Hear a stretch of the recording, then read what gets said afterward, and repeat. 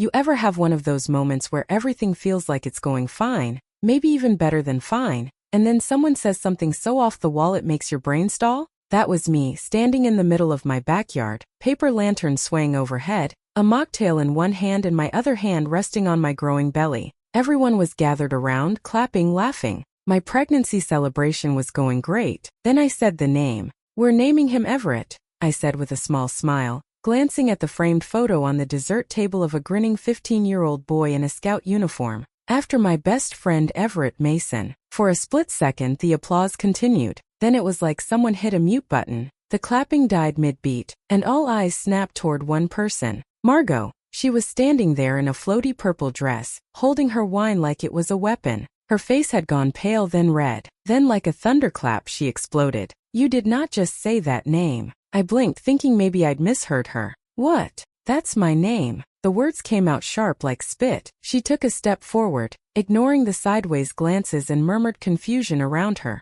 "I told you when we were 13. I said if I ever had a son, I was going to name him Everett, after Everett Fox." "Everett Fox?" I asked slowly. She rolled her eyes like I was the stupid one. "The actor from Galaxy Recon. We used to play pretend in the backyard, remember? He was my imaginary husband." I claimed that name. Everyone knew it. "Margot," I said carefully. "That was a fantasy game we played when we were kids. Everett Mason was a real person. He died, remember? That hiking accident." "Oh please," she said, voice rising. "You always do this. Stealing my stuff, my ideas, my plans. This was part of my life map." "You're not pregnant, Margot." "Not yet," she snapped. "But I will be. And now you've stolen it." I looked to my husband, Samuel, who looked as confused and concerned as I felt. Around us, the guests were awkwardly pretending to study the cupcake table. "You're being ridiculous," I said quietly. That's when she lost it. Completely. "I'll sue you," she barked. "I swear to God I'll get a lawyer.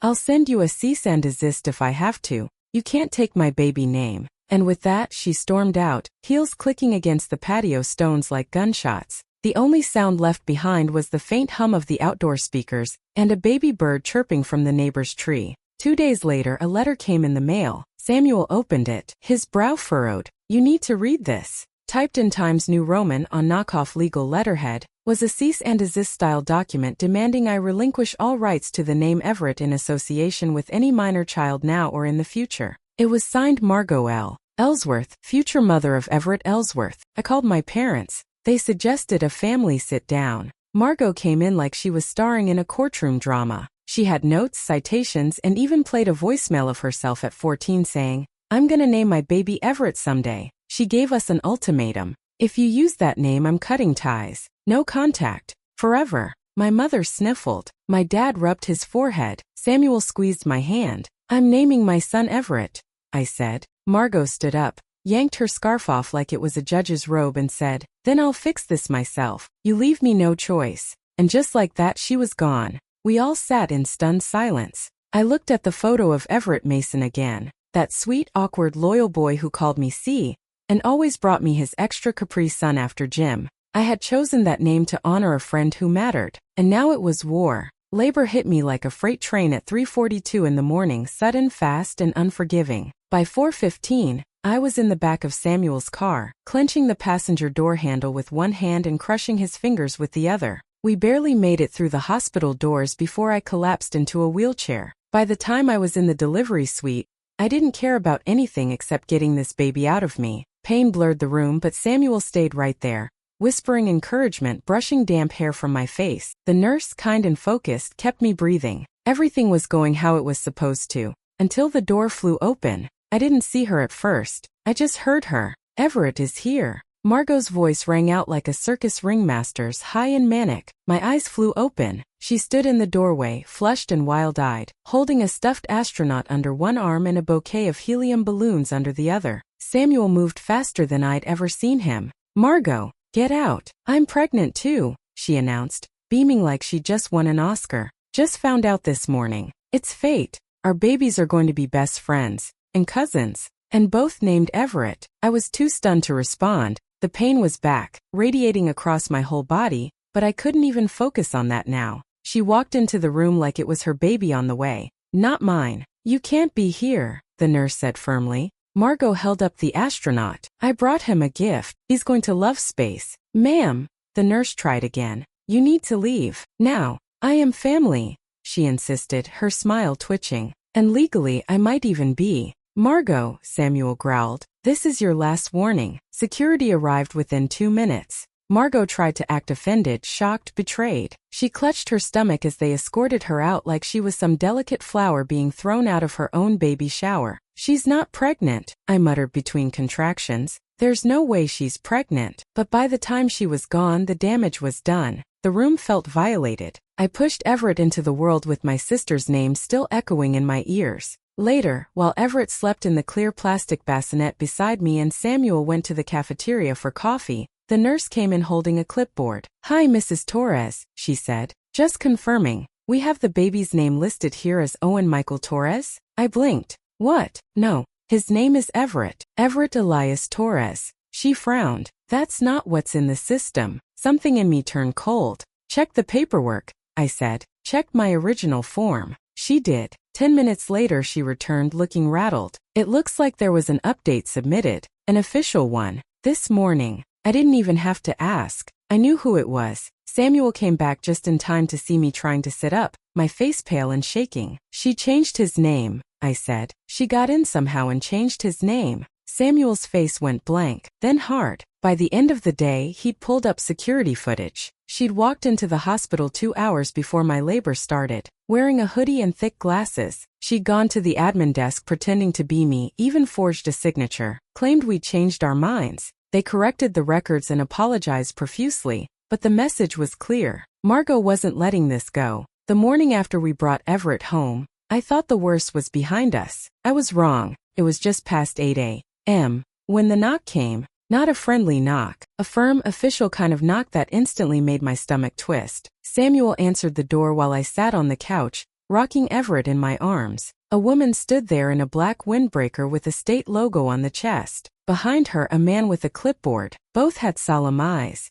Mrs. Torres? The woman asked, stepping inside without waiting for permission. We're with Child Protective Services. We need to speak with you about a report we received. What report? I asked, tightening my hold on Everett. I'm afraid there are allegations concerning the safety of your home and background concerns regarding the father. Samuel's face shifted instantly. That's a lie. What kind of concerns? The man looked at his clipboard. There's mention of an undisclosed juvenile record, a history of aggression and unresolved child endangerment risks due to extended family members, specifically, a grandfather involved in a school misconduct case. I felt the air suck out of the room. What the hell are you talking about? Samuel snapped. That case was sealed. I was 16. I got into a fight at a bus stop. There were no charges. The woman didn't react. We're not here to argue details. Our job is to assess immediate safety. My mind spun. The school case? That was about my father decades ago. Some nonsense drama about him speaking out against a district decision. It wasn't even a real scandal. But Margot must have twisted it into something sinister. The woman turned to me. There were also concerns raised about postpartum instability, excessive emotional outbursts, and an unsafe sleeping setup documented via photo. What photo? I asked. She showed me her phone. There it was. A blurry image of our nursery from before we finished painting, a tipped-over lamp on the floor, a half-assembled crib. Everett hadn't even been born yet when I took that picture. But now, in Margot's hands, it had become proof. I didn't even get a full hour to argue before they told me. We're placing your son in a temporary kinship care arrangement, the woman said flatly. Pending investigation. I couldn't breathe. What does that mean? I whispered. It means Everett will be placed with a relative approved by the department, she said. Your sister, Margot Ellsworth, has volunteered and passed an emergency screening. We've confirmed her residence is prepared to receive an infant. I felt like my body detached from itself. Samuel cursed loudly and pounded the kitchen wall. I just sat there frozen, as they took my son from my arms. Everett cried as he left, the sound cutting through me like a saw. I wasn't allowed to follow. I wasn't even allowed to say goodbye properly. They walked out like it was just a formality, and just like that he was gone. I spent the rest of the day in a fog, barely registering my surroundings. At some point I realized I was still leaking milk. I pulled out the breast pump with shaking hands and stared at the clear bottles slowly filling up with something my child wouldn't even receive. That night I opened Instagram. There she was, Margot, smiling like a pageant queen, standing in front of her pristine white nursery, holding Everett like a trophy. "Meet my beautiful son Everett," her caption read. "He came into my life through a twist of fate I could never have imagined. Sometimes the universe gives you the child you were meant to love." Thousands of likes, dozens of comments from people who didn't know a single shred of truth. I threw my phone across the room. The next morning I started pumping again, not because anyone told me to, not because I had hope, but because my body remembered him even if the system didn't. Margot had won the first round. She had my son, my name, and a stage. But I wasn't finished. Not by a long shot. I didn't sleep for 3 days. Not really. I'd doze off between breast pumping sessions, jolting awake in a cold sweat, heart racing, checking the bassinet that wasn't there. Then I'd remember he wasn't here. My son was in my sister's house, being passed off as hers. By the end of the week, I couldn't keep up the numb routine anymore. I had to do something. So Samuel and I started documenting everything. We laid it all out on poster boards like some kind of TV detective drama. Timeline printouts, photos, emails, everything Margot had done, from the Everett name fight to the fake hospital form, the CPS removal, and now her curated fantasy online. "Look at this," Samuel said, tapping his laptop. She changed her Instagram bio. It says, "Proud first-time mom to a miracle I never expected but always dreamed of." I stared at the screen. She posted daily, soft focus shots of Everett in his astronaut onesie, captions like, "I never thought love could look like this." Every post got hundreds of likes, comments from strangers calling her brave and radiant. I wanted to scream. My dad came over one afternoon to check on us. He'd been quiet since the removal, helpful but quiet. After seeing the wall of evidence, he offered something I didn't expect. "I'll move out," he said. "Temporarily at least. If it helps your image with CPS." It broke me hearing that. "You don't have to do that," I whispered. "This isn't your fault." He gave me a look. "Celia, she's using everything against you, me included. If I have to sleep in the damn car for a month to undo this, I'll do it." Samuel shook his head. "That's exactly what she wants. Divide us. Isolate Celia. Pick off the support system." I stared at the wall of notes, feeling the fatigue seep back in. Every move we made, she was 10 steps ahead. She'd turned my family into pawns, weaponized CPS, and painted herself as some angelic single mom on social media. "She prepped this," I said quietly. Samuel turned to me. "What? This wasn't impulsive. This wasn't a breakdown. She planned this." The next day we got confirmation. Mrs. Donnelly, our next-door neighbor, the one who always kept birdseed in her coat pocket, rang our doorbell holding her phone. "I've been meaning to show you something," she said, eyes darting left and right. I didn't know what to make of it at first. She scrolled through screenshots. Margot's name popped up again and again in their neighborhood Facebook group. She'd sent messages to other neighbors months ago asking hypothetical questions about our house. Like, would you consider it unsafe if there were visible power cords in a nursery? Or do you know if the people next door store chemicals in the garage? She'd also asked Donnelly if she thought Samuel had a temper, because she'd heard raised voices once. It was clear. Margot had been laying the groundwork for weeks, maybe longer. We brought it all to the CPS office. They nodded, took our packet, promised to review internally. We were cleared after a short follow-up visit, but they said the emergency order still stood. Better to let it play out in court, they said. Be patient. Patient. Every hour my son was being raised in a lie. Every day she got more confident, more emboldened. She started referring to him as Rhett online. She painted murals in his nursery, posted a video of herself reading to him before nap time. Even though I recognized the cry in the background, it wasn't tired. It was confused. He didn't know her voice, but I knew his. And I wasn't giving up. Not yet. Not ever. By the third week, I realized the real battle wasn't happening in courtrooms or CPS offices. It was happening online. Margot launched her blog, Raising Everett, with all the fanfare of a celebrity pregnancy announcement. The first post was a long, dramatic essay titled Becoming a Mother, the hardest, most beautiful gift I never asked for. It read like a memoir. She described stepping in when no one else would to protect an innocent child from a chaotic, unstable environment. She didn't use my name, but anyone who knew us could connect the dots. In the accompanying photo, she wore soft makeup and a pastel sweater, cradling Everett like he'd been hers since birth. She even gave him a nickname,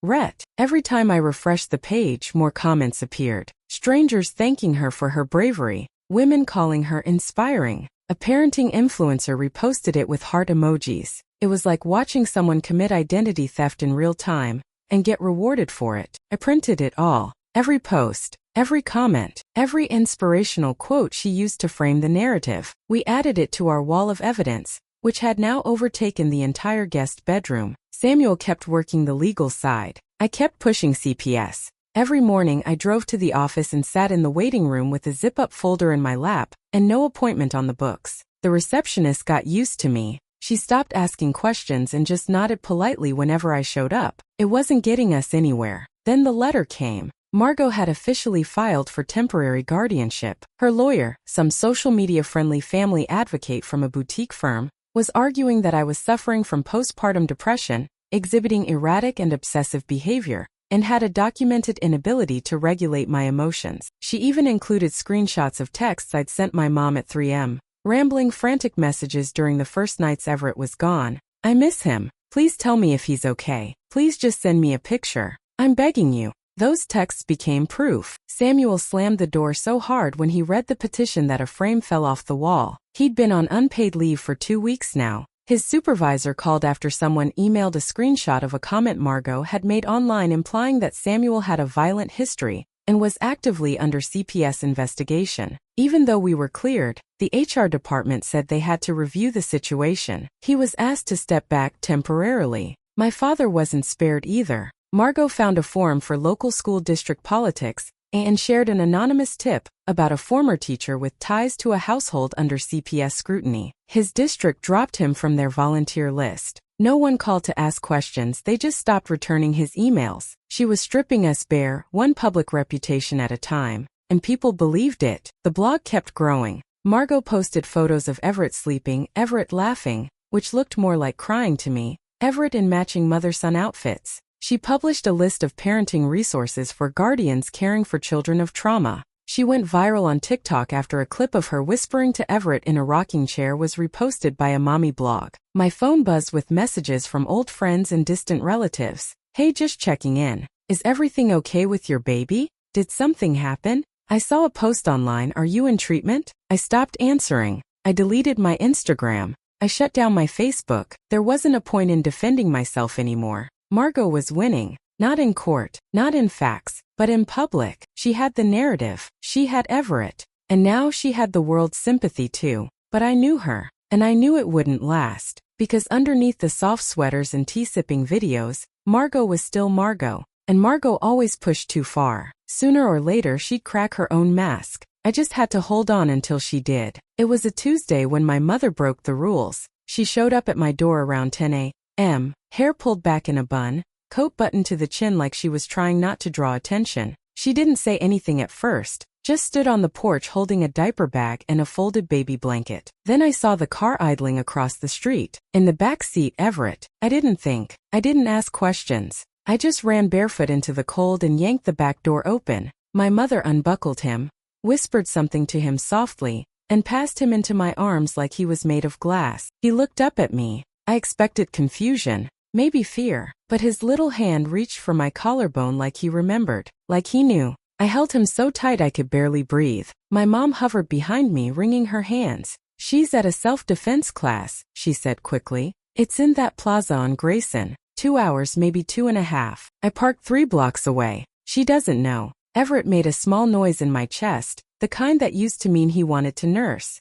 I had milk in the fridge, pumped and dated just in case this moment ever came. I warmed a bottle and fed him while my mother kept watch at the window like we were fugitives. For those 90 minutes the world faded. I watched him fall asleep in my lap, his tiny chest rising and falling like waves lapping against my ribs. I took in the way his eyelashes curled up at the edges, the way his legs twitched as he dreamed, the soft, familiar sound he made when he exhaled. My baby was still in there, still mine. But all good things in this nightmare came with a clock. My mother glanced at her phone and said gently, "We have to go." I wanted to scream. Instead, I kissed Everett's forehead and whispered, "I'm not done fighting. I swear to God I'm not done." She took him back, silent tears running down her face, and disappeared into the morning fog. I didn't even have time to process what had happened before my phone buzzed. Margot, one new post. When people violate your trust, protect your peace. 3 hours later, a sheriff's deputy knocked on my door with a temporary restraining order filing. Margot had reported me for stalking her place of residence and orchestrating unauthorized contact with the minor currently under CPS protection. She claimed she had video of me lurking near her backyard and approaching the child. The request for a permanent restraining order was denied 2 weeks later. No footage, no evidence, no witnesses. But now the custody hearing had to be pushed again. Margot argued that the alleged stalking incident made the original date emotionally unsafe for her to attend. Another delay, another win for her. But it didn't matter. That stolen hour gave me something Margot couldn't fake, couldn't reframe, couldn't twist with filters and hashtags. Everett knew me. He still knew me. And now I knew what I was fighting for again. The message came through my mom's group chat. Laurel wanted to talk. I barely remembered her at first. Margot had hired her months ago as a part-time infant care specialist, mostly for show. I assumed she was just another accessory in Margot's fake motherhood image, someone to post in photos with a bottle warmer and a vague caption like #MomTribe. But apparently Laurel had seen things, and now she was scared. "She's not right," she said over the phone, voice shaking, like something's wrong with her. I didn't say anything before because I didn't think she'd actually pull this off, but I think she planned this.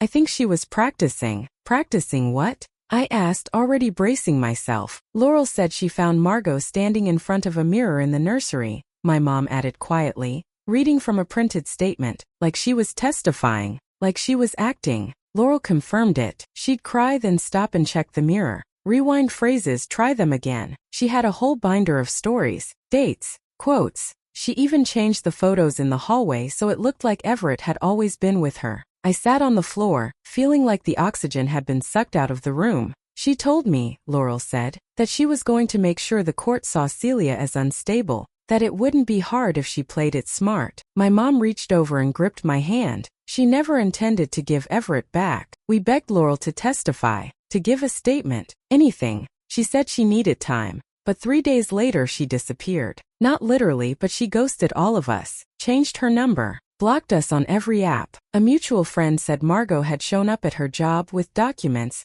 and that Laurel got scared. I didn't blame her. Margot wasn't subtle anymore. The mask was slipping, but no one in her audience seemed to care. Then came the hospital video. Late one night, while I was folding laundry just to keep from spiraling, my phone blew up. Margot had gone live from a hospital waiting room. Her eyes were red, mascara streaking, hair messier than usual. "I never wanted this," she sobbed into the camera. "I just wanted to protect Everett, but she won't stop. She's following me. I don't feel safe anymore." The chat lit up with hearts. Comments poured in like rain. "Stay strong, Mama, 2 hearts. You're doing what's best for him. You can't let her back in his life, ever." I watched it from beginning to end, trying to find a single truth in the whole 10-minute meltdown. There wasn't one. She named me without naming me. She hinted at emotional instability, said things like, "She just screams outside my house now," and "I caught her looking in the windows." It was all lies, but the internet didn't care. The video went viral.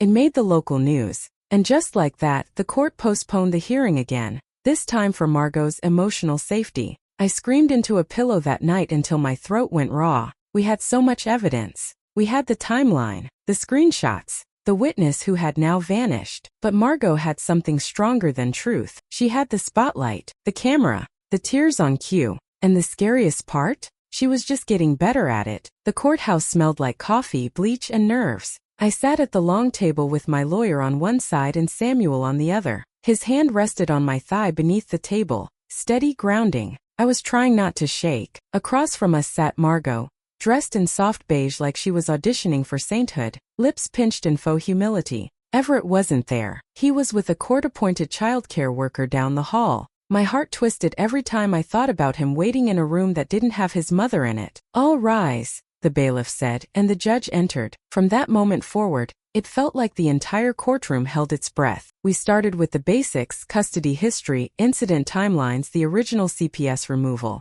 Then my attorney laid out our case. Meticulous, chronological, unemotional. Emails, photos, logs. A time-stamped video of Margot at the hospital the morning of my labor, walking into records with fake credentials. A comparison of my real signature and the forged one she submitted to change Everett's name. The screenshots from the neighbor, showing Margot planting suspicion weeks before the birth. Then the bombshell. A report from a private investigator, authorized by the court, revealing Margot had undergone fertility treatments just 6 months before Everett was born. Miss Ellsworth presented herself as having unexpectedly taken in her sister's child, our attorney said, but her home was set up for an infant long before any emergency custody petition was filed. She prepared for this. Margot's face flickered. It was the first crack in her calm. Next, the surveillance photos. We'd gotten them from the neighbor across the street, who had a motion-activated camera pointed at our front lawn. The images showed Margot outside our house in the weeks before Everett's birth, lingering near the nursery window, walking by at night,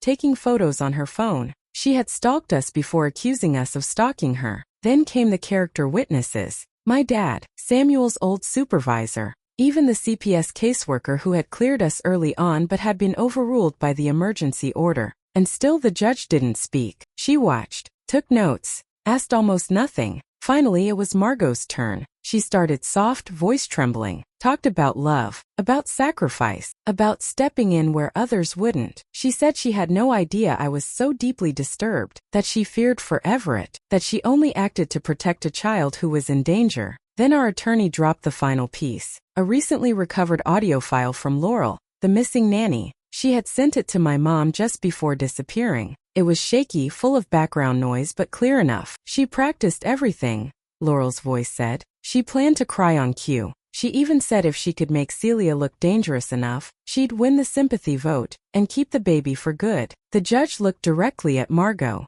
Did you coach any witnesses in this case? Margot flinched. What? Of course not. Did you or did you not approach your former nanny and instruct her on what to say if subpoenaed? I never. She's lying. The judge leaned forward. Ms. Ellsworth, are you aware that a false claim to CPS is a criminal offense? And that's when it happened. Margot broke. I just wanted something that was mine, she shouted, her carefully constructed mask sliding off in front of everyone. She stole the name. The name was mine. I told her when we were 13. I had it written in a notebook. Everett was supposed to be my son. She stood up shaking. She has everything. I just needed something. I deserved something. The courtroom went still. The judge sat back. Custody was returned to me that day. Not after a recess. Not after deliberation. Immediately. Everett was brought into the room just before we left, and when he saw me, he smiled. He reached for me. I held him, sobbing into his hair, and I didn't let go. The judge ordered an investigation into Margot's conduct. A protective order was filed. Her blog, her social accounts,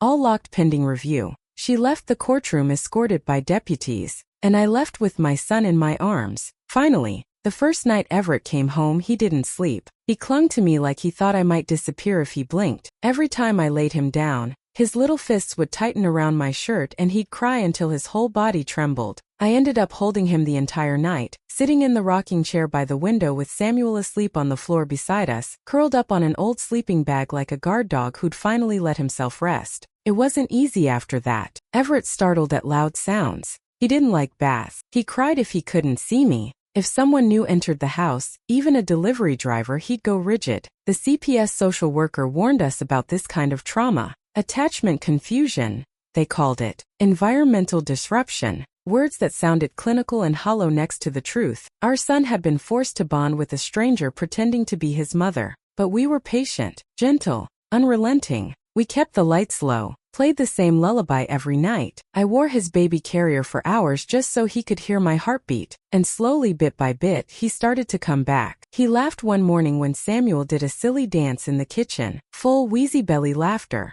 It was the first time I heard that sound since he'd come home, and I dropped my coffee mug from the shock of it. There were still shadows, though. Samuel had to go back to work, only it wasn't the same job. His old company never formally terminated him, but after everything, they restructured his position out of existence. He found a new one, but it was in Richmond, 2 hours away, and it didn't come with benefits for the first 3 months. He commuted twice a week, sleeping in his cousin's basement on work nights. We cut back, sold the car with the better engine. I took on remote admin work for a friend's small business just to keep our lights on. My dad offered to help with bills, but I said no. Not yet. We were going to rebuild this thing with our own hands, brick by brick. Then came the letters. 3 envelopes in the same week. No return address, no handwriting I recognized. Just short, typed notes that said things like, "He looked better in my house," and "I'll always be his real mother." We reported them, changed the locks, installed security cameras, Even got a motion sensor for the nursery window. The police said they couldn't confirm it was Margot, but we knew. She was still trying to claw her way in even now, just like always, but this time we were ready. And oddly enough, it was the neighbors who helped us feel safe again. The same ones who used to whisper behind our backs now brought by groceries, offered to mow the lawn, dropped off hand-me-down toys and casseroles. One even returned Everett's missing baby blanket, said it had turned up in a Goodwill donation bin. They stopped seeing us as the scandal. They saw us as survivors. And we were. Bruised, exhausted, wary but still standing. We were a family again. A little quieter. A little tougher. But whole. It was just after 9 p.m. when the doorbell rang. Samuel had already left for the week. His overnight shift in Richmond started early. Everett was asleep upstairs, finally down for the night after refusing to nap and having a total meltdown over his sippy cup being the wrong color. I peeked through the peephole expecting a package or a neighbor, but it was Margot. She was barefoot, hair wild, wearing a hoodie that looked 2 sizes too big, with sleeves soaked from the rain. She had no bag, no car. Just stood there on my porch like she had walked straight out of a fever dream. I didn't open the door. She didn't knock again. Just stood still, staring. I picked up my phone and dialed the police. By the time they arrived, she had curled up on the porch bench like it was hers, legs tucked beneath her, muttering under her breath. When they led her away, she didn't fight, didn't scream or cry, just looked at me through the window and said, "He was supposed to be mine." That was the last time I saw her face to face. Later that week, an officer dropped off a copy of the incident report along with a formal update. They'd gotten a warrant for her storage unit. Inside, they found bins stacked from floor to ceiling, labeled with names like Everett, Baby Plan, and Press Strategy. Photos of my son printed and clipped into plastic albums. Screenshots of my old social media posts, annotated in pen. Even my old baby registry, marked with "Use this list" in red ink. She'd been collecting details about Everett's life before he was even born,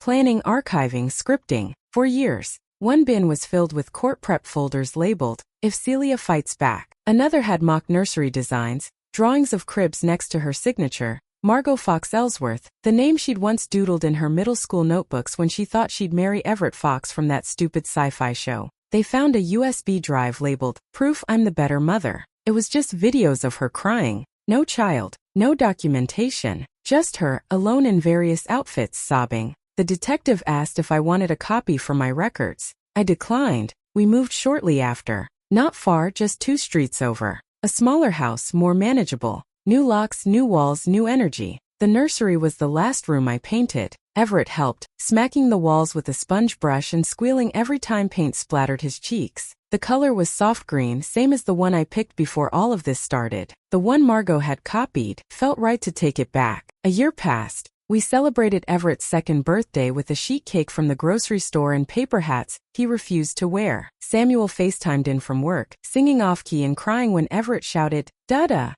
with frosting on his chin. We didn't talk about Margot much anymore. She'd been charged with multiple counts of fraud and impersonation. The CPS investigator said she might be placed under psychiatric evaluation depending on the trial outcome. We weren't asked to testify again, just to submit the documentation and timeline. I gave them everything. The boxes, the photos, the letters, the fear. I left nothing out. Tonight, after Everett fell asleep, I stood at the doorway of his room watching him breathe. The same nursery, the same name, finally ours again. I picked up the storybook, Goodnight Moon, the one he always made me read twice, and sat on the floor beside his crib. 1 year ago, I would have done anything to just hold him. Now he was home, safe, whole. And for the first time since the nightmare began, I didn't feel haunted. I felt free.